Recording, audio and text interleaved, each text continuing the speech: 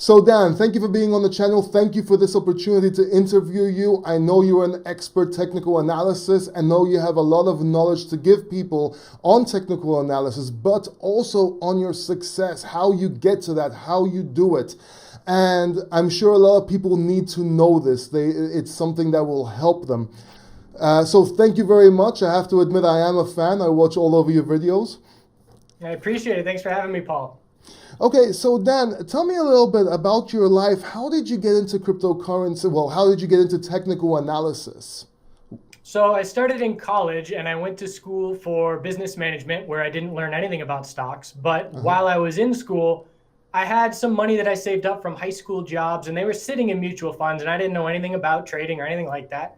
But I Yeah. realized that I didn't want a 9 to 5. And I saw my dad, commute to work every single day for decades. And I didn't want to do that. So I said, all right, I'm going to take some risk. I'm going to put my money into some higher risk, higher reward things. And it was in the US marijuana sector back 8 years ago. And once I put my money in, I realized very quickly that people who were using charts knew things that were going to happen, had a much better sense of things. And I wanted to have that knowledge. So I started the quest to learning and I hit YouTube and articles. And in the forums, I found a mentor and he was extremely generous and had been trading. And I saw that he knew what he was talking about in terms of technical analysis. So he took me under his wing and answered all my questions and helped Hmm. guide my path towards learning technical analysis. And he literally changed my life. So that was step number one of entering the space. And then a whole lot of studying for years and years and learning from experiences and all of that was then to follow. So back in school was my original motivation and kept it going from there. You know, it's funny you mentioned a mentor. I mean, I had a mentor in every stage of my life, and I've noticed that mentors have mentors. All successful people have a mentor. They have someone to look up to. And it's funny because one of my mentors, Mr. Mario, he introduced me to the stock market. He had me reading books on technical analysis, mostly candlestick trading by Steve Nissan, and also books on, I think it was a book on how to slim.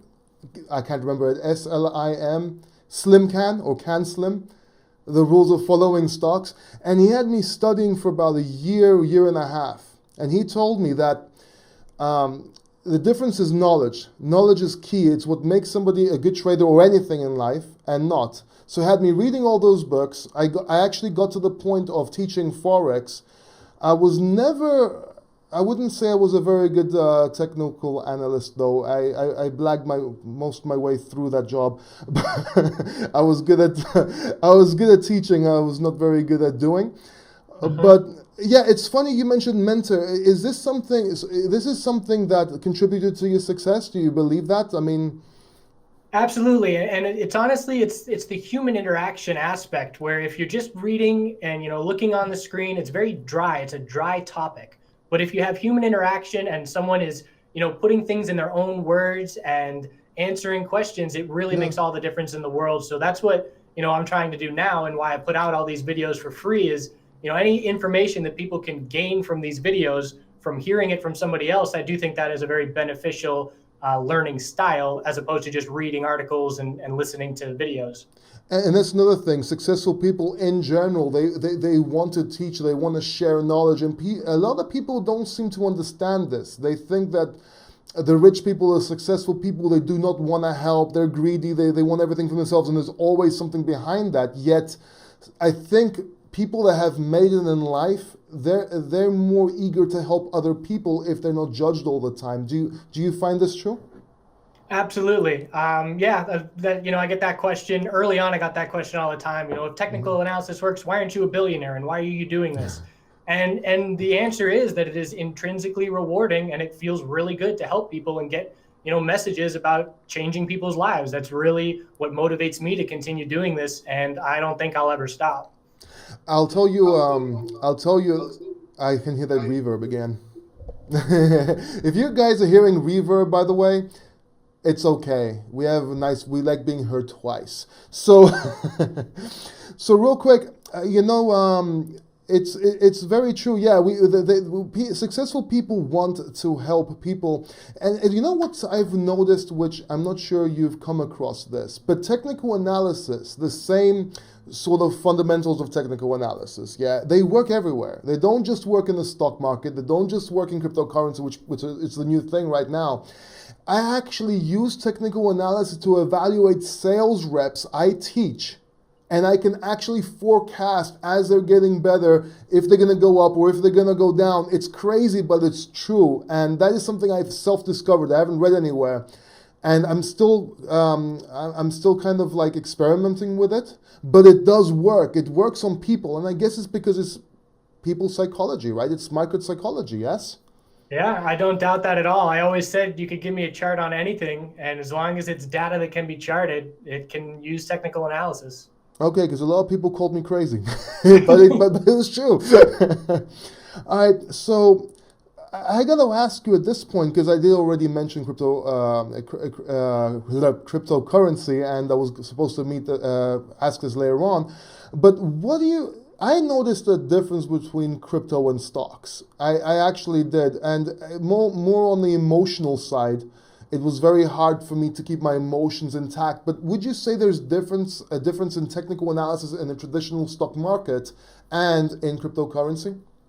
I would. And when I started trading the space back in early summer of last year, 2017. Mm-hmm. So certainly not as long as some people, but the first thing I noticed was technical analysis worked really well. And I had never traded that well. My win percentage was way higher, and it was a really good feeling. But if when reflecting upon it, it came to me that it was probably because number one, there's less bots and less at that point in time. There were less bots and less Yeah. manipulation, less big time money having their way with things, and it was really just purely human emotion that was reacting here. And it was most of the people in the space at that point were not traders, and they were not used to all of this. So those of us that were used to this, and at that point I had been doing technical analysis for 7 years, so we just hit the ground running, and it was very, very easy back in at the start to use technical analysis to stay one step ahead of the herd. Yeah. Would you say emotion is the hardest thing to keep in check? It is one of the most important things that you need to do as a trader is have your emotions in check. And that's something that I've been reflecting on as well, where, I didn't actively study psychology with trading in mind, but growing up through my education in high school and in college, I was taking psychology courses, and I read books by, Jung and Freud, and definitely that applied to my knowledge subconsciously, funnily enough, as I wasn't really, aware. I wasn't consciously saying, I'm going to study this stuff for trading, but it definitely had an impact. And if you can conquer your emotions, I mean, you have to conquer your emotions if you're going to be a long-term successful trader. Yeah, you just mentioned reading. That's another trait that I find in common. I mean, I read a lot of books, and everyone I know that's been successful just reads a lot. I don't do a book a day like Ty Lopez, but I do try and do a book a week, or maybe every 2 weeks. Do you read a lot?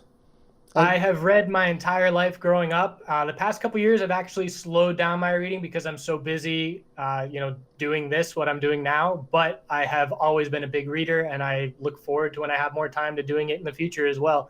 Hmm. Definitely a big fan, and I do agree that it does contribute greatly to intelligence and knowledge and all of that. Okay. This interview is going to go back and forth because it's so interesting. So I'm going to be going into. It was supposed to be all nicely in a nice little flow, but that's not going to happen, man. All right.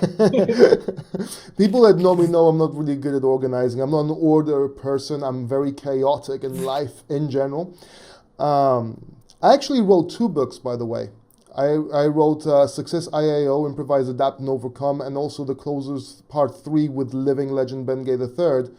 And did you ever aspire to write a book? Did you want to write a book? Or is your YouTube videos kind of like your book?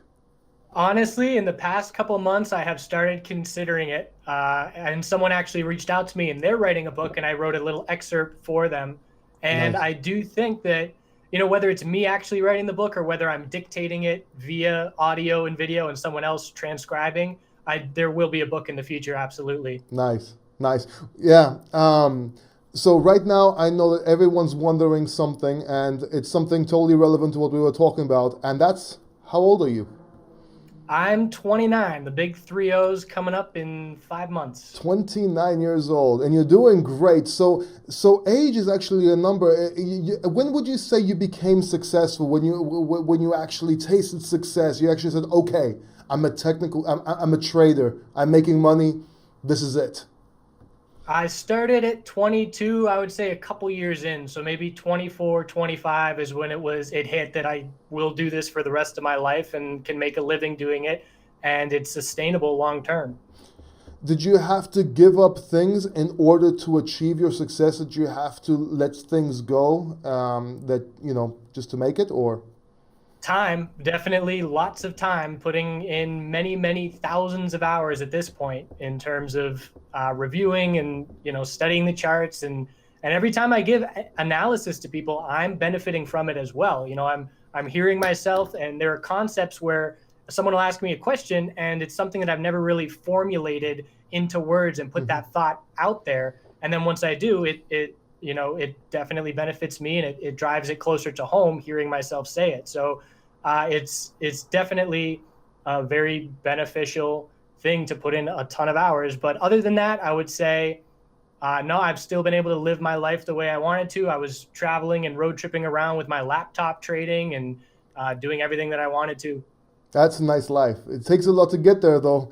They say that, actually, I've witnessed it, and most of my mentors I've talked to, they've been through it the same time. Is once you become successful, even on the road to becoming successful, but as you're becoming successful, you lose a lot of people out your life. And this is usually because people work in herds. And once you get out that herd, they have to judge it, they have to put it down. It's a biological thing, but at the same time, a psychological thing. It's not always because they're bad people. It's just a thing that triggers in them that they have to say, he thinks he's better than everyone, and they start down. Have you noticed this? Have you lived through this? I have not, but I've also, on my personal side of things, my personal Facebook page or whatever, I'm not really all business. I'm not posting my stuff. It's almost two separate worlds. And people are now that get interested in cryptocurrency, they find out like, oh, this is what you do. So I've definitely kept it separate. I'm not putting it in people's faces or anything like that. So I haven't experienced it, which is wonderful. And also the group of friends that I do have is the greatest people I've ever met. So That's great. I yeah, they're sticking around. I kept a couple of friends, but I lost a lot of people along my way. It depends, I guess. That's good though. That's very good. It's great you can balance it out like that. So, and by the way, if you guys watching right now, write down in the links below in the description. We have the chart guys. We have Dan's channel, the YouTube channel, his technical analysis, his guides, everything you can possibly imagine. Is going to be down in the description below. I urge you guys to go check it out if you're into trading. And also, even if you're not into trading, watch his videos. Even if you're just in success, see how he thinks, see how technical analysts think. It really has a lot more to do with your success than what you think. So let me know real quick, Dan, what does it take to become a technical analyst? It takes a lot of studying. So having the step in an organized brain, there's definitely people ask me, can anybody do it? And anybody that puts in the time can definitely use technical analysis to make more informed financial decisions. But in terms of people have different kinds of brains, there's artistic people and there's people that are analytical. And people that are analytical and good with numbers are going to have an easier time. It doesn't mean people that can't do it. It's just going to take more time and it's going to be a little bit harder for them. Yeah. So if you are putting in the time and if you are, studying, definitely education comes before anything. You don't just jump in. My analogy is you don't go to Vegas with real money and sit it down at a poker table to learn how to play poker. You have to practice. You have to put the education in first, and then you start to play around in the market. You don't play around in the market and then lose. This is what most people do. They play around in the market and then lose, and then they either give up or then they realize, oh, I had no idea what I was doing. Now it's time to get some education. But education comes first. You put in the hours. The more experience you have, the better. If you're interacting with a community of people, again, that human interaction really drives home points more significantly, and it's a good support system. It feels like you have a team on your side, and that's what I love about stocks is, you don't have to be against everybody. You can have teams where if some of us are making money, we can all be making money. And I really love the human interaction part of it, and that's why we did create the chart guys to build a community around. That's great, and that was one of the best quotes I've ever heard, and that applies to everything. You don't learn to play poker at the poker table in Vegas. Did you come up with that, or did someone tell you this, or? I'm pretty sure I came up with that. I wouldn't say 100%, but I'm saying 95% I came up with that. That's coming down. That's going straight into my automated tweet posts as quotes. Right. That was awesome, and that's definitely getting included in my book, by the way. Great. Okay, so what don't people know about you, man? What don't they know about Dan?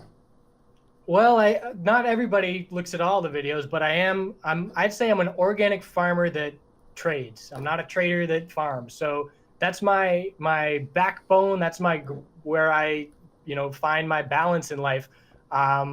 That's where my passion is. I obviously am passionate about technical analysis, but that's the other side of things. And they're two very opposing worlds, and that's why I think they balance each other out so well. But come spring and summer, I'm out in the yard or out in the field and planting things and taking care of animals and really enjoying that side of life as well. And that's very interesting for people that are into cryptocurrency right now. They're farming, he's mining. Yeah. But yeah, actually, that's great, and it's very important. Nutrition and healthness, it applies into the business world and to success very much so. Would you say that also? Would you say you learned any lessons from farming that actually helped in trading stocks or technical analysis that? Yeah, patience is a big one, definitely, and risk management. Having to keep certain crops from being subject to certain conditions and knowing how to hedge against it. So let's say I worked on a farm where we did farmers markets for a while, and if our entire cucurbits crop is going to go out, we need to have a field across the farm that has cucurbits in it as a background, and cucurbits are cucumbers and squash and things like that. But just spreading things out so you don't have all your eggs in one basket, and you're diversifying on the Yeah, farm like you would in the stock world. like intercropping. It's like Yeah. diversifying. Yeah, that's great. That's actually awesome. I'm enjoying this interview, Dan. And comment down below if you have any questions for Dan, because by the way, I'm gonna interview him again. There's no way I'm gonna let him go that easy now that I have him. So if you have any questions, go ahead and comment down below. We would love to hear them. And maybe we can do this live as well, one Sure. day. So okay, you've had successes and you've had failures. Talk to me about both of them. So the first failure that sticks out in my mind is a big hit that I took, and I started trading in penny stocks, and I quickly learned it was the Wild West. Mm-hmm. But there was a time where I've been a short-term trader most of my life, and I held a position in a probably a Chinese pharmaceutical company overnight, and it was just a short-term little 2-day trade I was going for, and it halted overnight. And I lost $5,000 overnight. And at that point in my career, that was a significant portion of my capital. And the lesson that I learned, it told me that I could do this for a living. And that's because after it happened and I took this huge hit, I didn't feel sick to my stomach, and I got over it very, very quickly. And I remember thinking to myself, wow, I can't believe this isn't affecting me more. And the fact that I can take a loss or make a mistake and not be bumming around and moping around, and my friends have no idea whether I made $5,000 or lost $5,000 that day. That emotional control told me that I can do this long term, and so that loss was a big lesson, and it definitely gave me confidence going forward. So Yeah. the successes are great, and you can learn from those, but the biggest lessons come from your mistakes. And if you do not learn from your mistakes, obviously you're going to continue repeating them, and you're not going to make it long term. So mistakes are great. They're going to happen all the time. I've made hundreds of mistakes in my career. And as long as you're learning from them every time and you're not repeating yourself over and over, that is beneficial and progressing you forward. Yeah. One of my mentors told me success comes from inspiration or devastation, and it's usually the latter. Yeah. So you have to fail to succeed. People don't understand that. The more I remember about a year and a half ago, I was fighting cancer. And while I was fighting cancer, I actually wrote two books. I was very like gung ho, and this was when I actually succeeded because I went bankrupt a couple of times in my life. I lost everything, made things back, lost everything again, made things back. And I actually had somebody come to my YouTube channel, which was new, and you could see me. I had no hair, no eyebrows, and everything. And he started saying, "Yeah, Paul has failed so many times as a failure in life, and blah blah blah, and all this." I'm like, okay, things like 10 years ago, meanwhile. And my life was completely changed. I'm like, wow, this person must really not like me. But I had definition of a hater. And I was so happy because up to that point, I used to, I heard this phrase called, that said, you don't have haters, you just have people that don't like you. This was definitely a hater. Yeah, I mean, yes. they're out there. It's fascinating. And when I first started this and putting myself out there, I had thin skin and I had to learn. You can't. I used to want to respond to everybody. My business partner would keep telling me, "Don't feed the trolls. Like it's just an endless game, and they'll waste your time." Clearly, there's something going on psychologically with those people where they're not happy and they're not where they want to be, and that's their way of dealing with it, which unfortunately is not a productive way, and they're going to stay in the same rut. But it's something that you just have to be able to shake off and continue doing your thing, because it's going to be, no matter what, it is inevitable that if you're doing something and you're putting yourself out there and you could be doing really, really well, it doesn't matter. You're going to have haters.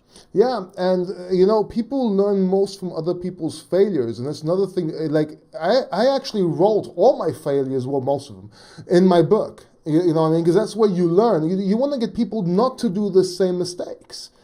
And failures, I think, are very important. You can't not fail. I think it's impossible to succeed without failure, actually. So tell me, how did you push through your worst times in life?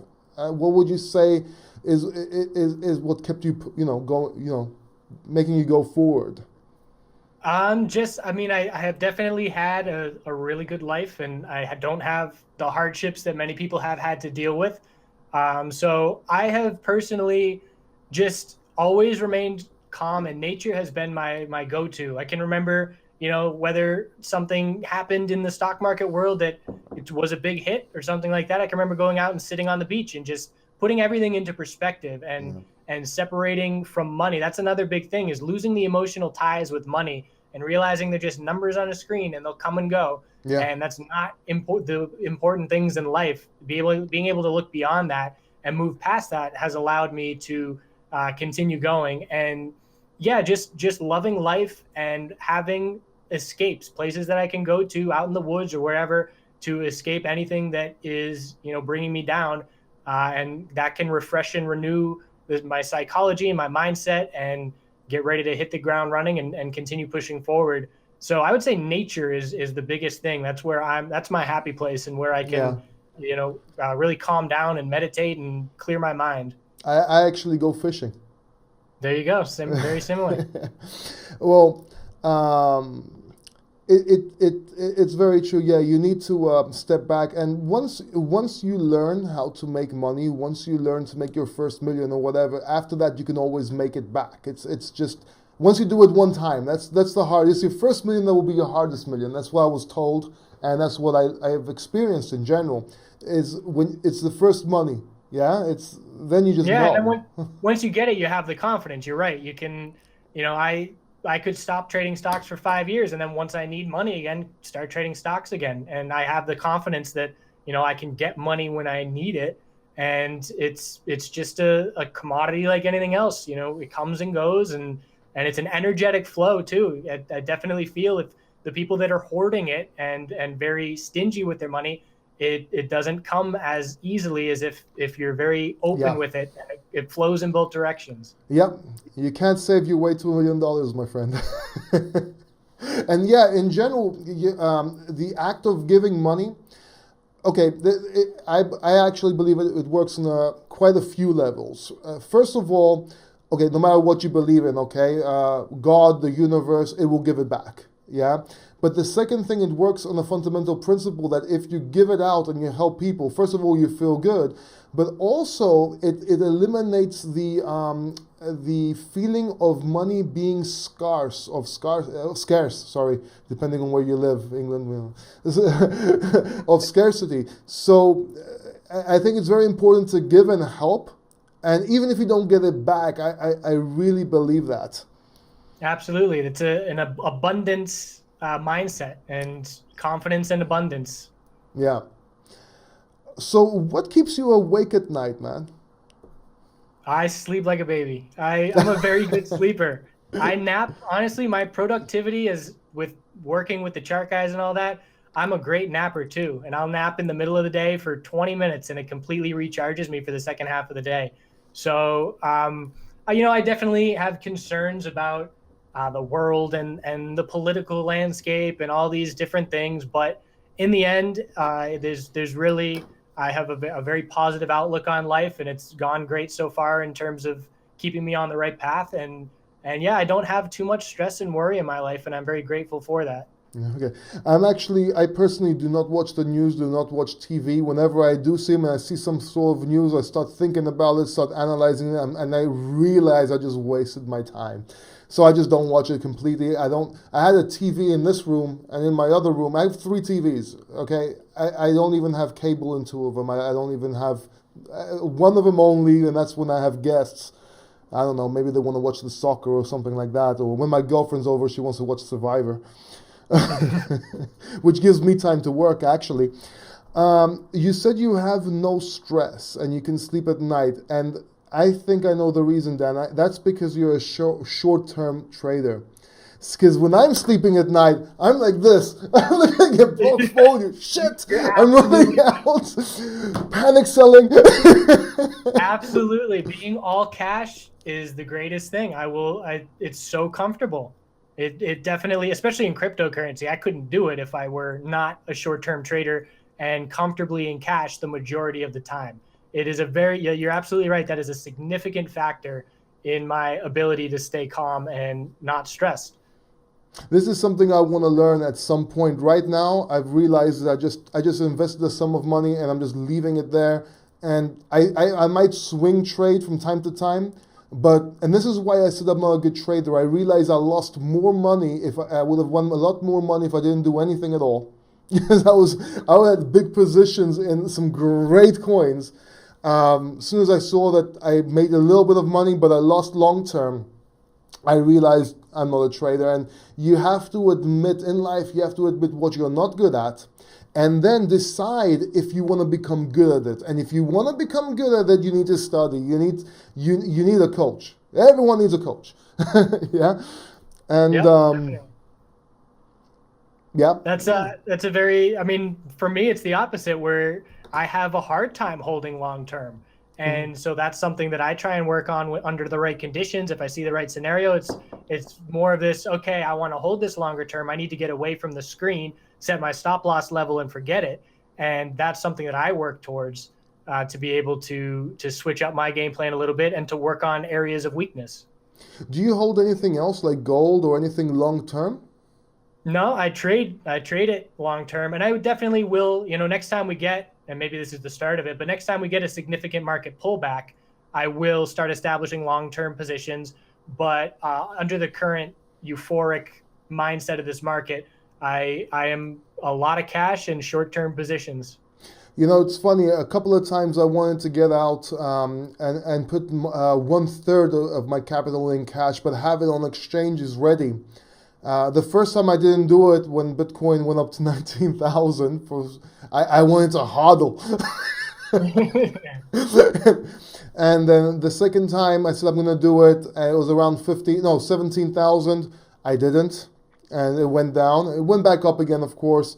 And the last time I think it was it was around 15,000 or 14,000 or something like that in euros. I'm talking, by the way.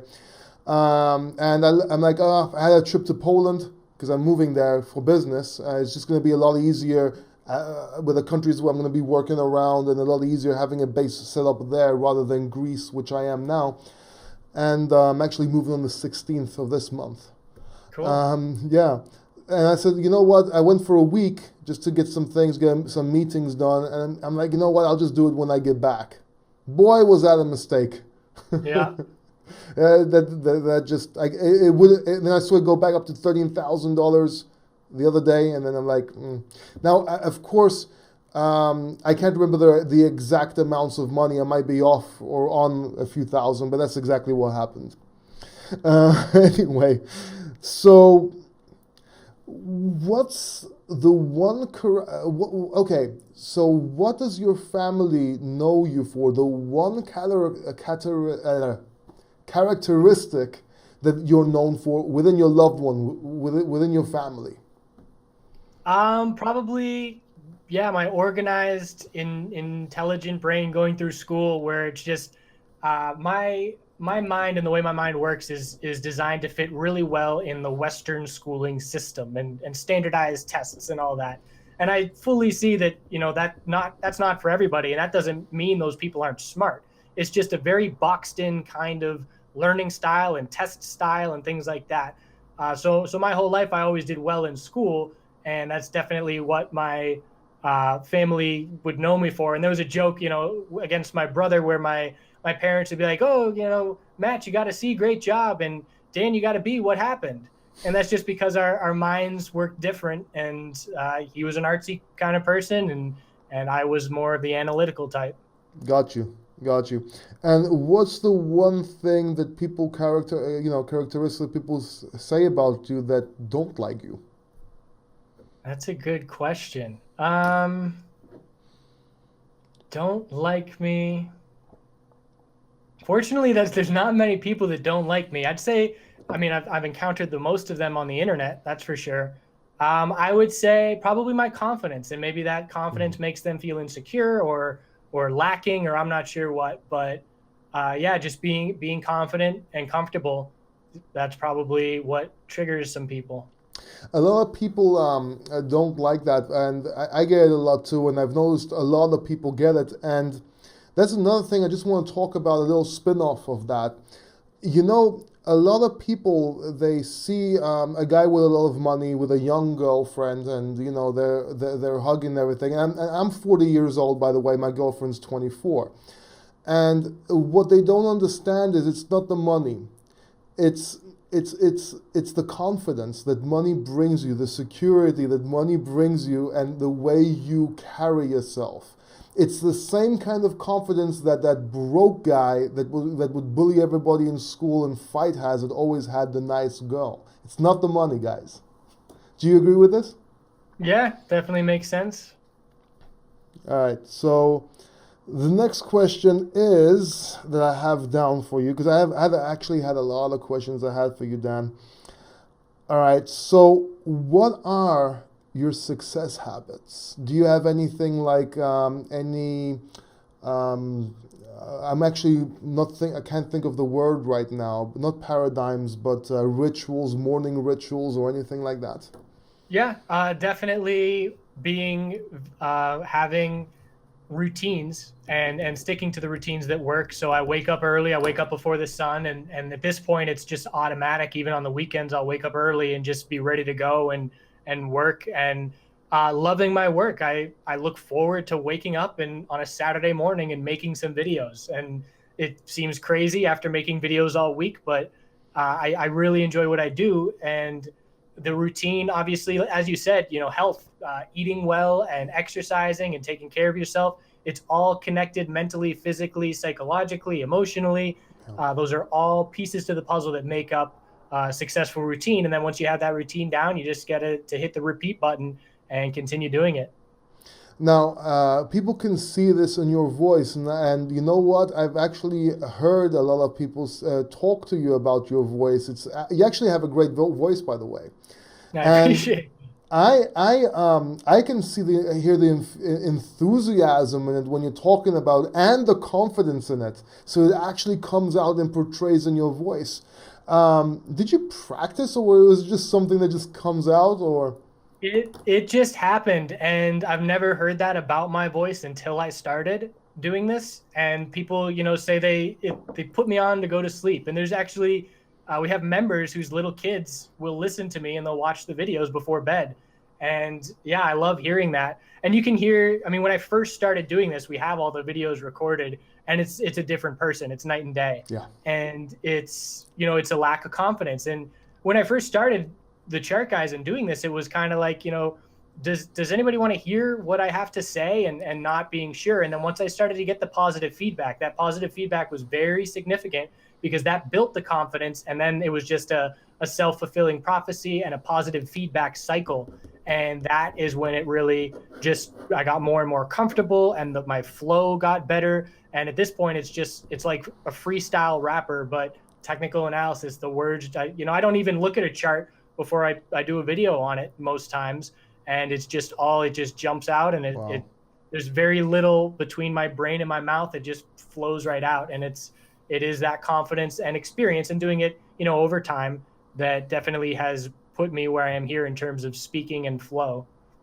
And you know what? I'll say this right now. You take anybody's voice, take out the confidence and the experience, and the same voice won't sound any good. The same voice with the experience and with the confidence, that's what gives the magic. Absolutely, I agree with that. So, um, so you do give a lot of value in free technical analysis on YouTube, and we have talked about that earlier on. But would you say that contributed to your success in any way? Absolutely, in a huge way. We haven't done paid advertising, and we have more. Right now we have a capped membership and 2,000 people on a wait list, and it's all from free videos. It's no paid advertising. And so it's just putting it out there and saying, if you're interested, there's more steps to this. If you're interested and can't afford those more steps, I'm going to keep putting out content, and you'll still be able to benefit from it, maybe just not as much. But I suggest this to everybody in whatever line of business they're in. If you have content, put some content out for free. Yeah. Let people connect to you. Let people, start to want to know more, and that leads to a path where they come to your other content. And you don't even need to have a lot of videos, because people are very scared, like, oh, okay, I'm a small fish, I won't have no views and everything. I had 100 subscribers when I got a collaboration with Nick Nimmin, which at the time had 50,000. Now he has something like 140,000. And I actually, right now I have about 1,000 subscribers, but I'll tell you this. When I had 300 subscribers, I was making more money from that YouTube channel than people that had thousands.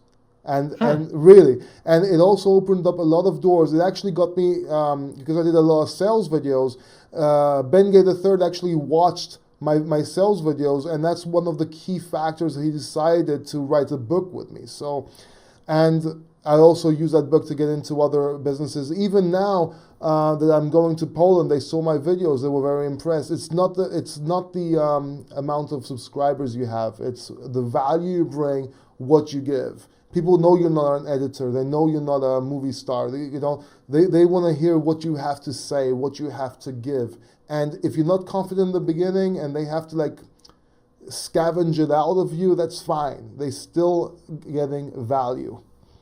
Yep, absolutely agree. Very good points. One word.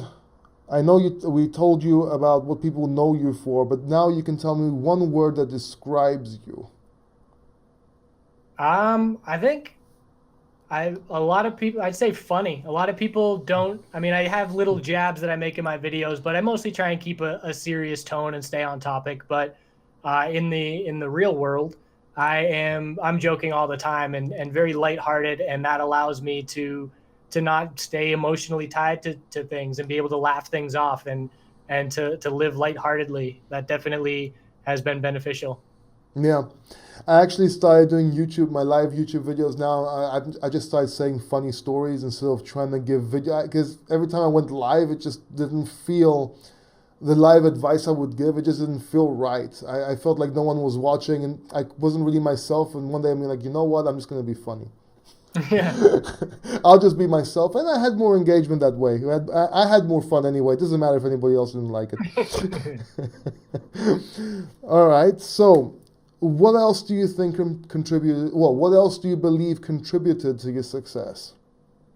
Like I said, I can't disregard my mentor and what he did for me. So his generosity was very significant because he was doing it for free. He was answering my questions for free.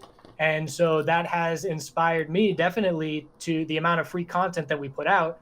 A lot of that is the attempt to pay it forward and to realize that he changed my life. And if I can just help change one other person's life, that paying it forward definitely is something that I strive to do.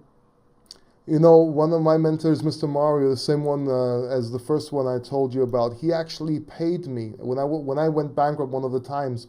He actually paid me 20 euros a day to walk with him for an hour. And in that hour, he would give me advice. And his argument was that he couldn't get out of bed. But yeah, that kind of helped me, get out. I don't think I ever mentioned that before.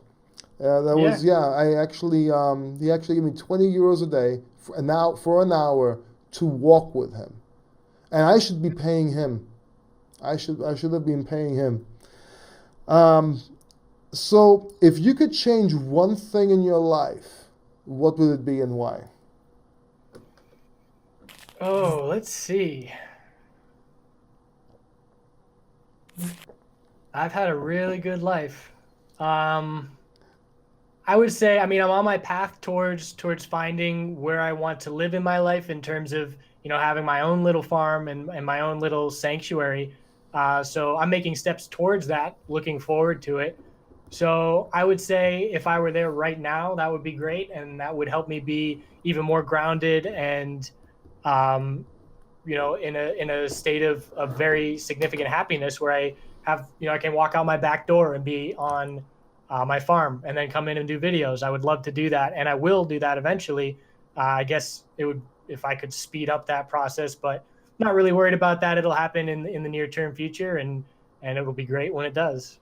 And now I have to ask, obviously you're not driven by money, you're driven by success. So money would be a tool for you.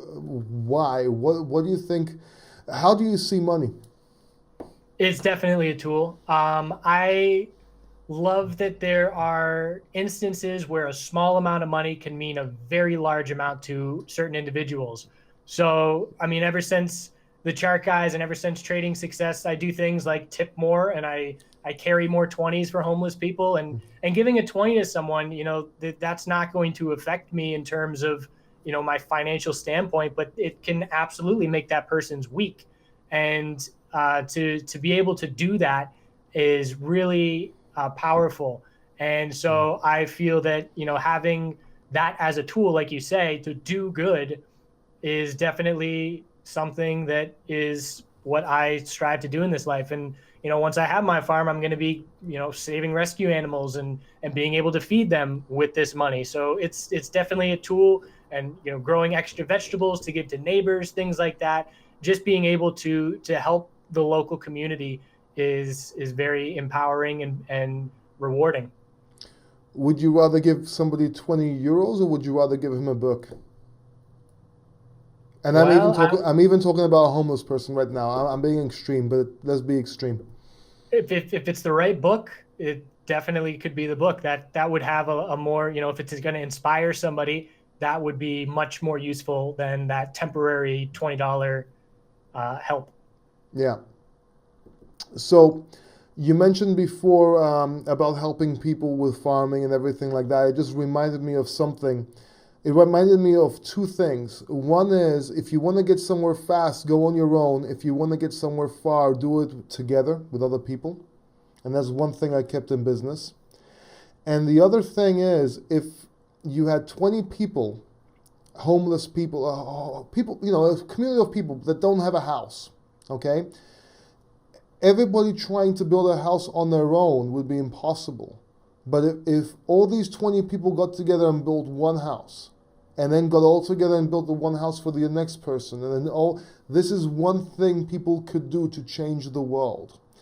And there's a lot of things we can do to change the world, and we just don't do it. For example, and I'm just going to tell you an example now, and I want you to brainstorm with me, if you will. We'll do a little experiment here. Sure. All right? So, local parks, instead of trees and planting trees, planting fruit for homeless people to be able to eat or people to pick to give to them. Absolutely. Functionality. Big fan of, I see people's lawns, and as a farmer, people manicuring their lawns is such a waste of time to me when you can literally put food there. That's a great point, and I absolutely agree that, things that return rewards and benefits are, we should prioritize. How about this? And hiring all the homeless people to do a project or to work on certain projects, whether it's building or whatever, or teaching them something, building, and putting them on a construction site or whatever. Of course, in America, they're going to say you're taking advantage of them because I don't know why. But anyway, that is an idea, though. Yeah. Would you think that'd work? I definitely agree. Anything that you can do. I mean, your example of a book versus $20, if it's going to give inspiration, it will pay off significantly more. And, giving people a job and giving them, allowing them to gain confidence, and say, wow, look at what we accomplished together. And that definitely can do a lot more than a short-term fix. And that's why, with the chart guys, a lot of people with stocks, they want alerts, tell me when to buy and sell. Yeah. And that's not what we do. We want to teach people to have the confidence to take charge of their own financial independence and to do it for themselves. And it's, the old adage of teach a person to fish as opposed to giving them a fish. And it is definitely, it's very beneficial to inspire people by showing them that they can do things themselves. And that's a great way to better people's lives. Okay, and it's also a great time for me to plug my book. So a little graphics just going to pop out right there. You can actually get my book, Success IAO, for free right now. All you need to do is go to my website, successiao.com. Give me your email address. I can spam the shit out of you. No, just kidding. Give me your email address, and I promise I won't spam you. I'll be sending just content of value every 3 or 4 days. But you can get this book for free. No strings attached, no pay for postage gimmick or anything like that. You just get it for free, okay? And it's the only book to include action plans to help you make money from zero capital starting right now. So, guys, you can get that. And I'll send you a copy, by the way, Dan. I'll check it out, if sure. you want. Yeah. So, all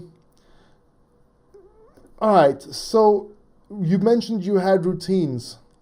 And routines were important. What other routines would be important for you? So healthy eating, obviously, exercise, all those things. Staying sharp mentally, and whether that's reading a book or being able to unplug from social media and go out in nature and allow that balance to calm things down. So really just making sure that you're taking care of all those aspects psychologically, emotionally, physically, and mentally. That's definitely things that are going to benefit you long term, and getting in those habits and staying in those habits is something that I have found to continue perpetuating success and happiness. Yeah. And you know what? Hobbies, same thing. If you have bad hobbies, you're going to get used to bad things. You need 3 types of hobbies. You need 1 to exercise your body. So maybe basketball or tennis or going to the gym or whatever. You need 1 for stress. I go fishing. Other people can go walking. And you need 1 for your head, your mind. That could be anything from solving puzzles to playing chess, which I do, or technical analysis. Yeah, that's a good way to break it down. Yeah. A lot of people don't realize that it's also their environment, and I want you to tell me if you were in the right environment or you had to change your environment for this. And okay, they say, I can't remember who said it, you're the average of the 5 people you hang out with. And my mentor told me, if you hang out with 5 millionaires, you'll be the 6th. If you hang out with 5 drug addicts, you'll be the 6th. If you hang out with 5 losers, you will be the 6th. Were you in an environment that you had to get out of in order to succeed? I wouldn't say that. I definitely transitioned very naturally into an environment that fostered success. So I'm very fortunate for that. And you are absolutely right. That was a point that's been sitting in my head, and you just segued perfectly into it, where you surrounding yourself with the right kind of person makes all the difference.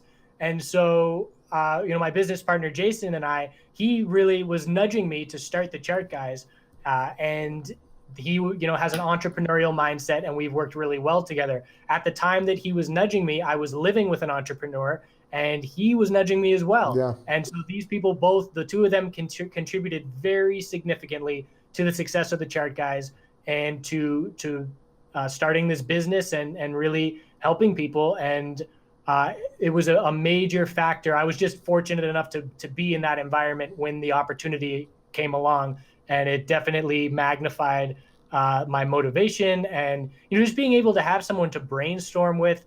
And if that person's going to be negative, it's going to put doubts in your mind, and it's going to Yeah. change how you are responding. And if they're supportive, I can remember the guy I was living with, Graham. Within the first 2 weeks, he saw the numbers that people were already interested, and we weren't doing any paid advertising or anything. And he said, "You're going to do really, really well with the Chart Guys." And I said, "Oh, that'd be nice," but I didn't really, Yeah. fully believe him at that point. And then, a few months later, in hindsight, it was like, wow, he was dead on. He saw it early, and definitely had a big impact. Do you try other projects before the Chart Guys that you failed at? That's something of the same nature? No, it was just, well, I mean, some early attempts, not necessarily that we failed at, but they were definitely precursors. We had some free chat rooms, so I got experience moderating a chat room and creating a little community. So that helped, and there were lessons learned along the way. One lesson that I learned very quickly is if you let people swear in a chat room and talk about politics, it's going to go downhill very quickly. So having some basic rules, just we don't need to swear to convey ourselves, and politics and religion have no place in a stock market Yeah. chat room. Just little things like that. Okay. I actually want to talk about the Chart Guys and Jason later. I actually had a discussion with him. I actually want to interview Jason too, because he's like the guy behind the Chart Guys. Exactly. And there's a lot of stuff running there that people don't know about or understand. I want to get into an interview with him as well. We actually talked about that. And so, yeah, politics have no... yeah, very true, man. So let's talk about Donald Trump. Yeah, let's just alienate half of the subscriber base real quick. And no, I'm very, there are things about my personal life and opinions that I keep that way, just because, like I said, it's not relevant. It doesn't matter Yeah. what I think about the president. What matters is what the chart says. Well, here's what I'm very open about this because I'm in Greece. But I'll say this, and if you really, a lot of people are going to disagree with me. A lot of people are going to hate me. A lot of people are going to love me. And but if you really think about it, okay, it boils down to this: Donald Trump as a businessman is proven. Okay, he's proven what he knows what he's done. Even he was given $1 million, he made it into billions. Yeah, and he sustained that. He lost it and made it back again. Okay, so obviously he knows about business. There's a lot of people you've given more than $1 million that they lost. There's a lot of people that won the lotto more than $1 million and lost it all, never to see it again. Trump made this grow. Yeah, yes, he failed along the way in some things, but it doesn't matter because he just kept growing, and he became the president of the United States of America, with one of the best campaigns I've ever seen, and people don't realize it. They still don't realize it, that he knew exactly what he was doing. He was playing with human psychology, and he became president. Now, as a president, if he's good or not, we don't know. Okay? Maybe he's not, maybe he is. There's arguments on both sides, and I'm willing to accept both sides. Yeah? We'll know in a few years if the world still exists, and we'll know if he was a good president or not. But yeah, as a businessman, I think is great. I think people should read his books. People should learn from him. If anything, because he's the president of the United States, you want to know how he thinks. If you want to make money in this world, I really believe this. That's my opinion. You can stay silent and not comment if you want. There is no problem with that. Yeah, no, that's fine. The opinions are great. But yeah, but purely on the business perspective, I mean, if that alone, yeah. Hmm. Now, um, everyone has a gimmick, Dan, and Trump had his gimmick. Everyone has a gimmick. What do you think your gimmick is? Because for someone to become successful, he has to have a gimmick. Everyone needs a gimmick. Um, let's see. Well, I think it's an anti-gimmick, if that makes sense. So a lot of people in this space, Hmm. their gimmick is showing their fancy cars and showing their fancy house and saying, "I'll make you rich. Come do what I do. I'll show you how to do this." Yeah, And I'm not doing that, and people really are responding well. And I show videos where I'm out in the garden and I'm hanging out with my goats or things like that, and people say, "Wow, he's a real person. He's down to earth. He's not selling these unbelievable stories that are unlikely to happen." Our gimmick is we will help you understand markets more. We'll help you potentially be able to manage your funds better and empower you to do so. But I'm not going to say that I'm going to make you rich, because I have no idea what kind of person you are, and I don't know yeah, if you have the psychology and the routines and all that to take what I tell you. I always say that I could teach the same thing to two people, the exact same thing. One of them could be successful and be a trader for the rest of their lives, and the other person could blow up their account and fail in a month. And that is completely dependent on the individual. So, yeah, just being a real person has been our best selling point, and people can really see that genuine, no BS yeah. front. Well, a teacher is only as good as a student. Yeah, and I can understand why some people do these things to grab attention, because that's how you get the views and that's how you help people. Some people are doing it because of that, but and we can talk about that if you want. But I'll say this: if you think if you're a millionaire, you'll buy a Lamborghini, you're dead wrong. If you have like $1 million or a little bit more, you're not gonna buy a Lamborghini. Don't be an idiot. And I'm talking to my viewers right now. Um, you need to be a multimillionaire to buy a Lamborghini. If you buy a Lamborghini with $1 million, believe me, you're gonna lose that million very fast. You have to sustain that, Lamborghini. It's like when I was younger, and I have an iPhone 7. But when I was younger, I had an iPhone, and a lot of people were buying iPhones, and they would miscall me. So I couldn't call them back. Like, how can you buy an iPhone and not be able to call somebody because you have no units? Because they get a card and put it on the iPhone. Like, Yeah. come on, man. How are you gonna drive a Lamborghini? It's a lot of cost. Now, Yeah, absolutely. if you bought a white Hummer, on the other hand, that would make sense because you can actually give it out for weddings and stuff like that. But a Lamborghini, I don't think so. Yeah, no, that's a point. And the cryptocurrency space loves talking about Lamborghinis, but if you're buying a new car, that's the step number one, like rule number one. You want to accrue wealth and you want to be set for life. Don't buy a new car. It's pretty much the worst financial investment you can make. You're instantly giving money Yeah. away, and it's an asset that will never appreciate. It's only going to depreciate. Well, first of So, all, as soon as you buy it, it's 30% lower. As soon as you drive it out exactly. this. I'm driving the same used car that I've been driving for the last 4 years. And, I'm not going to change that because it works great and it does all that I need to do. And someone, on the side of the street sideswiped me the other night. And now there's a big fresh scratch on it, and I could care less. And I Yeah, love that. I have an SUV. I will upgrade it to a Porsche Cayenne S at some point, but right now my Jeep goes on the beach. I go my fishing. It's There you go. fine. I don't plan on changing it anytime soon. My friend, my mentor, is one of them is a multi-millionaire. He owns a Jeep, an old one, an old Cherokee, and he has a sports Brabus, but not the. It's about maybe a 60,000 euro car. 100 is for a multi-millionaire, it's nothing, and Hmm. that's it. And that's it. He doesn't care about Ferraris. He can buy 7 of them if he wants, and maintain them. Just doesn't care. Just doesn't care. Now, everyone has their thing. Everyone likes investing in something. Everyone has their passion, if you will. What's yours, Dan? Definitely along the lines of farming. If I can buy a pack of seeds and some good soil and turn that into, that's the number one example of growing an investment. You start with these Yeah. tiny seeds and you can get, dozens and dozens, if not hundreds of pounds of food from it. So that is something that I always love to look at from an investment and reaping rewards, and it pays dividends. And I love those plays on words. I make them all the time with regards to farming and crossing the two different worlds of farming and technical analysis, investing, and money management. Well, farming is actually one of the best investments you can ever have. And I think Warren Buffett gave the example of if you take all the gold in the world and you have a cube, you can actually fit in a cube in his living room, right? And or I don't know how big of a living room, but he would rather much own farmland, even less of it, because he'll make more money and he won't lose that money that much from the land.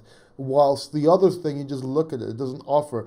So you need to buy things that pay you in general. Now, cryptocurrency trading, it's a bit of a difference because you're getting in and out, it's more speculative and everything. But in general, even NEO, it actually gives dividends. I mean, if I actually hold NEO, and that's because of the dividends long term.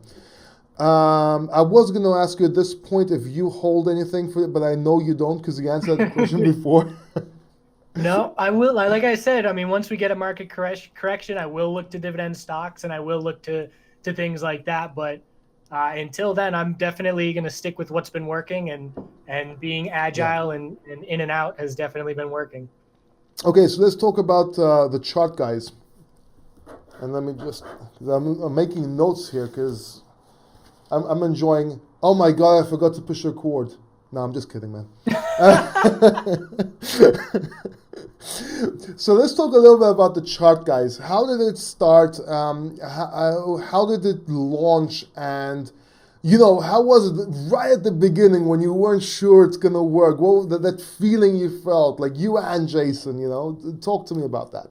Yeah, we had very, very modest goals. I said, if I can cover all at that point I had very low living expenses, as I'm generally a minimalist kind of person. So I said, if we can make $500 a month, I'm happy. Let's do it. And that obviously happened very quickly. So yeah, it was just an idea we started out with. We had no idea if anybody would care what we had to say. We knew that we had a good amount of knowledge because we had interacted with people in some chat rooms previously and gave, helped some people out. So we knew we had something that we could help people with. But yeah, the first days we had the chat room, and it was myself and Jason, and we made a third account that Jason was in control of, just so it didn't seem like a dead place. It was, you got to do it. You got just to on do the it. sidebar there, and yeah, it was just a fake person there, just so it seemed like it wasn't a ghost town. And yeah, so people started coming in, and it very slowly, and then probably in the first month we saw, all right, we've got something here. People are interested in this, so let's run with it and see what we can do with it. And at this point, it's blown up to the point that I never thought it would ever, in terms of the interest that people are showing, and very, very grateful with how it has all turned out. Yeah, a lot of people, they don't know this about me. I used to be an entertainer, a rapper, and pretty known. I actually traveled Europe, the Balkans. I got a hit track and everything. A little bit mainstream, but it's a little bit commercial, but it's okay. I did the underground thing as well. And in the beginning, I was trying to promote myself, and it was doing okay because I was in sales and marketing. I was a better sales and marketeer than what I was a rapper. And what I did was I started, there was these forums, and I noticed something. I'm like, you know what? I need some haters.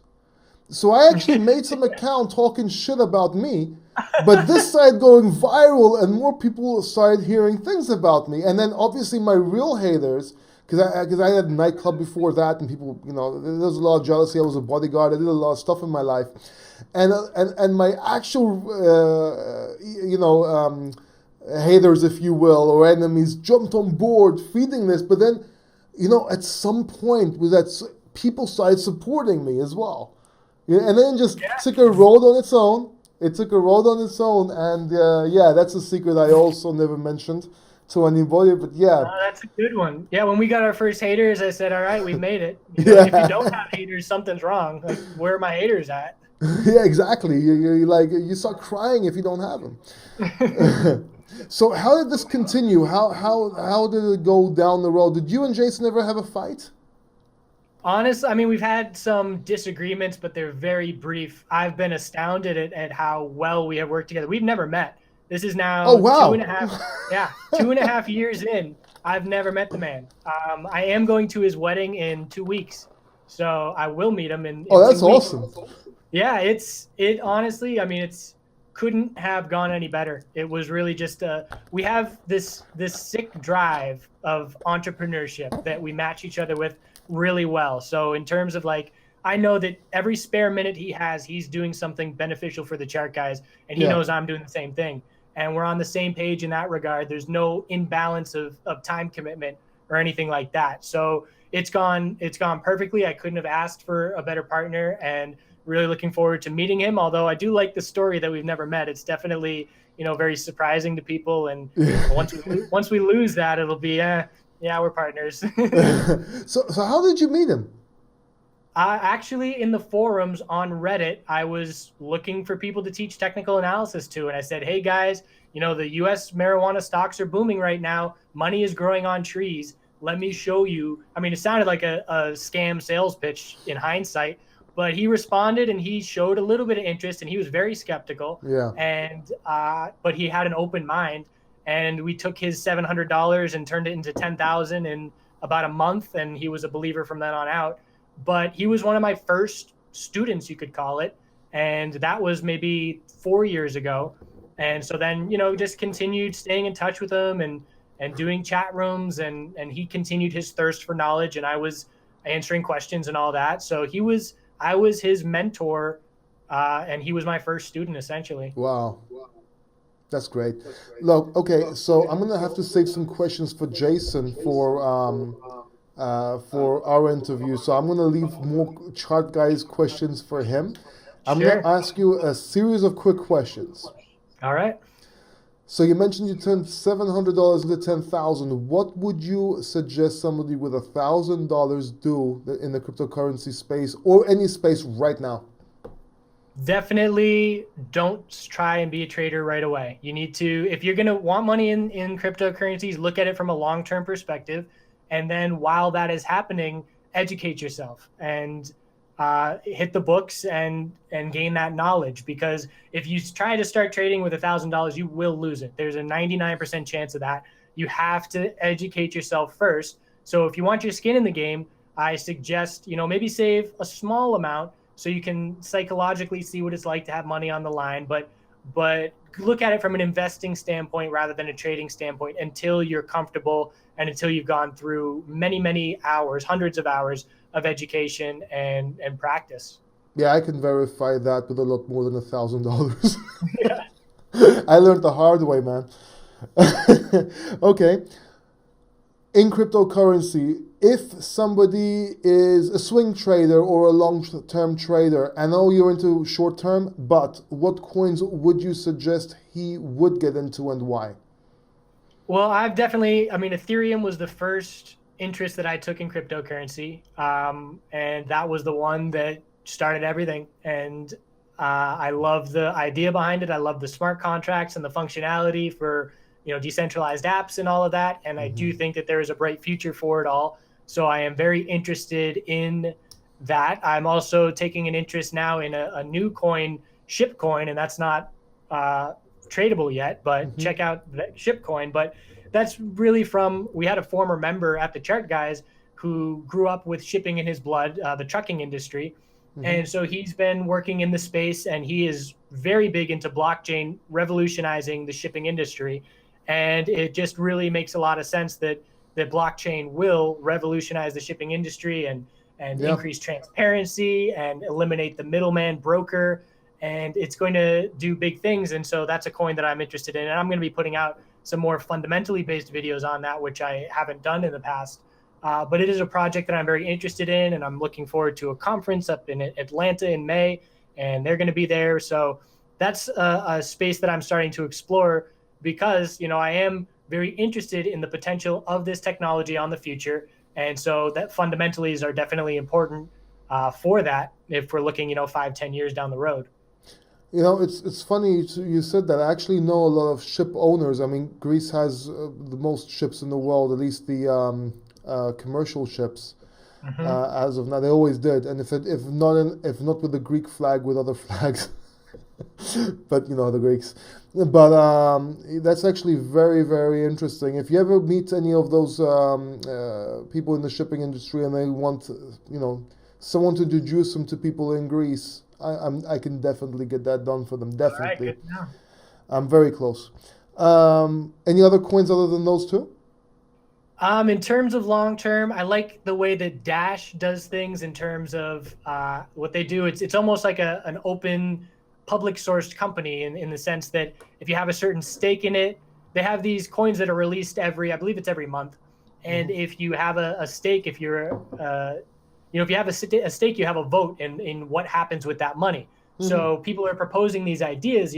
Should we buy a Super Bowl commercial, or should we how can we advertise things, and how can we make people aware of Dash? And people are voting on, okay, let's use these funds for this. And it's a way that almost is like the way that a decentralized company would run, so to speak. So just that model is interesting to me, and I'm interested in watching it play out. And I have a friend that's really into it, and he's really excited about it. So for that reason as well, I'm very interested to see how it plays out. Yeah. If anything, just the engagement alone will make it work, right? I mean, Yeah, if they have a if anything has a good community. Okay. exactly. And same question for stocks. Well, a Canadian marijuana sector, big fan of that. The doors are just going to open and it's going to be federally legal. So that's a known $1 billion market that's been suppressed. So really looking forward to that. And then it'll happen in the US eventually. It's only a matter of time. And that will be another huge opportunity. There's going to be money pouring into that sector once it's, federally legal here, which in my opinion is just a matter of years. Could be 2 years, could be 10 years, but Yeah. it will happen and it will be a huge opportunity. So I'm accruing money for that time, starting now, and going to have a big pile ready to go to capitalize on that opportunity. In terms of individual companies right now, related to the blockchain space, we've got these semiconductor companies that are doing well. NVDA was really, the market loved NVDA all 2017. And blockchain stocks, it's a very early technology. So these blockchain stocks are not really putting a whole lot of faith into at this point. But that space around the cryptocurrency space, there's a lot of interest.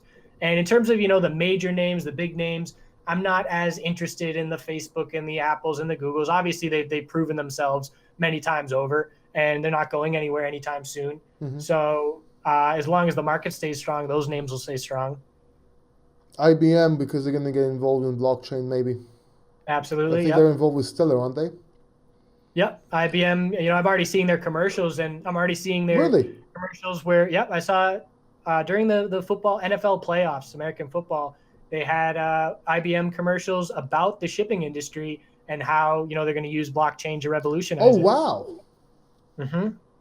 So IBM might be a nice combination with Shipcoin. Yeah, definitely. They're in the same space for sure. Can I add one stock? I believe one area sector. Sorry, which I believe, and correct me if I'm wrong, because I know I might be wrong. Okay, but I see augmented reality being a thing. Yeah, and maybe a year ago I had an idea for an augmented reality thing, and yeah, I agree with you. Mm. Um, my idea was a more of a game kind of thing, but once we have self-driving cars and we got these little screens in the middle and we don't have to focus on the road, but imagine a camera that's showing, well, maybe I don't want to give this idea, but a camera that's showing, as you're driving down the road and there's augmented reality Yeah. things going on, and you can be, there's monsters or dinosaurs on the side of the road interacting with the bridge that you're going under right now, and Yeah, yeah, and yeah. you have to shoot the dinosaur off the bridge or Like whatever. a Just Pokemon thing as well, and yeah, people can find games that crypto along the augmented. road. And I'm actually surprised no one has done the Pokemon version with cryptocurrency yet. And I'm going to say this idea right now: if you got anyone out there is listening and they want to make money right now, just make an ICO. Just the idea will make you the money, right? And just take Pokemon, copy it down to the nail and just change things around, and anything you find is cryptocurrency. Like, so you can make cryptocurrency. That could be a way of mining, if you will, or whatever. That will make millions. There is no way that will fail. Do it. So you mean, are you augmented reality where I can like go and look at, at the grove of trees down there, and there maybe is a cryptocurrency that I can pick up? You know what I mean? But I'm talking about one stage before that. They can do it now and then expand into that later. So that can be like the upgrade, the roadmap. Yeah, an Easter egg hunt for cryptocurrencies. Yeah, feel free to use my idea, guys. Just mention me. I don't want no money, nothing. Just mention that, hey, thanks to Paul for this. I would appreciate it. Now it's on YouTube. You can't do otherwise. Yeah. So, I like helping people make money. I like helping people become rich. I mean, I already mentioned it was a big part of the book on how to make money and stuff. So, last question is, what was my last question? Yeah, I got a stupid question. It's kind of a personal question. I'm under the impression that cryptocurrency, the marijuana stocks of cryptocurrency, I think it's called marijuana coin, the other one's called Potcoin, all that, have nothing to do with the actual industry like the stocks do. Am I right or am I wrong? You're right in the sense that they're not widely adopted and being used right now. And I've talked to some people in the space that still use Bitcoin for, transferring of funds, because it's so hard to be able to have access to banks when you're in that space. Yeah.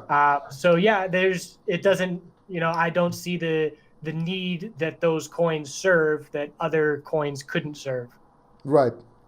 Okay, Dan, is there anything else you would like to ask? Add. No, just some more of our services. We've got a crypto alert system that crypto.chartguys.com, and we are going to update that with a better domain name and rebrand it. But it's an alert system that sends out signals when certain aspects of the chart indicators line up, and people have given really, really positive feedback. Again, another thing that we haven't done any paid advertising for, and we got, over 1,000 people using it and telling their friends, and just word of mouth.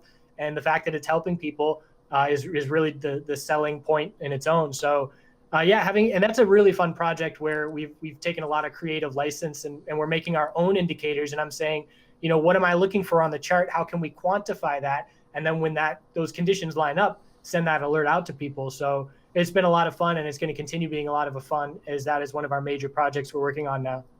Great. Dan, I would like to, all these links, by the way, guys, are down in the description below. Make sure you check out thechartguys.com. Make sure you check out the YouTube channel. Make sure you check out everything. If you want to make money as a technical analysis, whether it's in stocks, crypto, whatever, check this out. I cannot stress this enough. Just do it. Go, do it now.